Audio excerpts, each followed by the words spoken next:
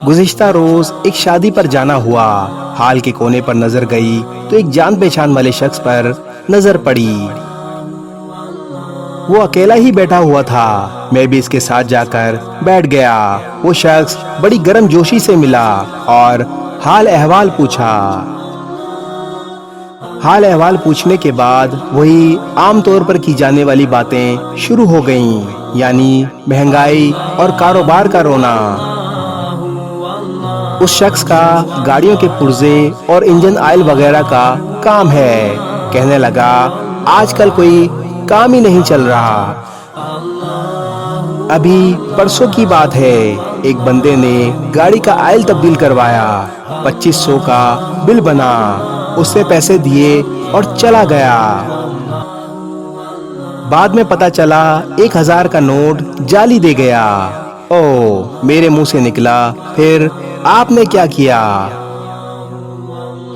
پھر کیا، بڑا برا بھلا کہا اسے۔ پتہ نہیں کون تھا، پہلی بار آیا تھا۔ وہ تو شکر ہے میں نے آئل ہی جعلی ڈالا، ورنہ میں تو مارا جاتا۔ اسی دوران کھانا کھل گیا کا نعرہ لگا اور پورے حال میں گویا بھوچال آ گیا۔ وہ مرغی کے قورمے سے بھری پلیٹ لیے فاتحانہ انداز میں واپس آیا۔ میں سمجھا میرے لیے بھی کھانا لایا ہے۔ کہنے لگا پاجی آپ بھی لے آؤ، بعد میں شادی ہال والے خراب کھانا دینا شروع کر دیتے ہیں۔ میں اٹھا اور بریانی لے کر واپس آ گیا اور اس سے پوچھا اس جعلی 1000 کے نوٹ کا کیا کیا تم نے؟ کہنے لگا کرنا کیا تھا، لڑکے والوں نے شادی میں بلایا ہے، دولہے کے والد کو وہ نوٹ سلامی میں دے دیا اور میز کے نیچے چھپائی 4 بوتلوں میں سے ایک بوتل نکال کر 2 گھونٹ میں خالی کر دی۔ 6 سیکنڈ دورانیے کا لمبا ڈکار لینے کے بعد دونوں ہاتھ جوڑے عقیدت سے آنکھیں بند کیں اور بولا شکر الحمدللہ۔ سمجھ نہیں آتا ہم کس کو دھوکہ دینے کی کوشش کر رہے ہیں، خود کو، دوسروں کو، یا پھر اپنے رب کو۔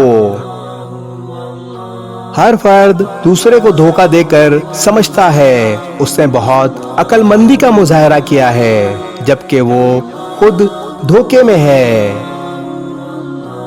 جب معاشرے میں اس طرح کی چیزیں عام ہو جائیں تو عذاب الہی کے لیے تیار رہو۔ اے ابن آدم، تو خالی ہاتھ ہی دنیا میں آیا تھا اور خالی ہاتھ ہی جائے گا۔ لے جائے گا تو صرف اپنے اچھے اور برے اعمال۔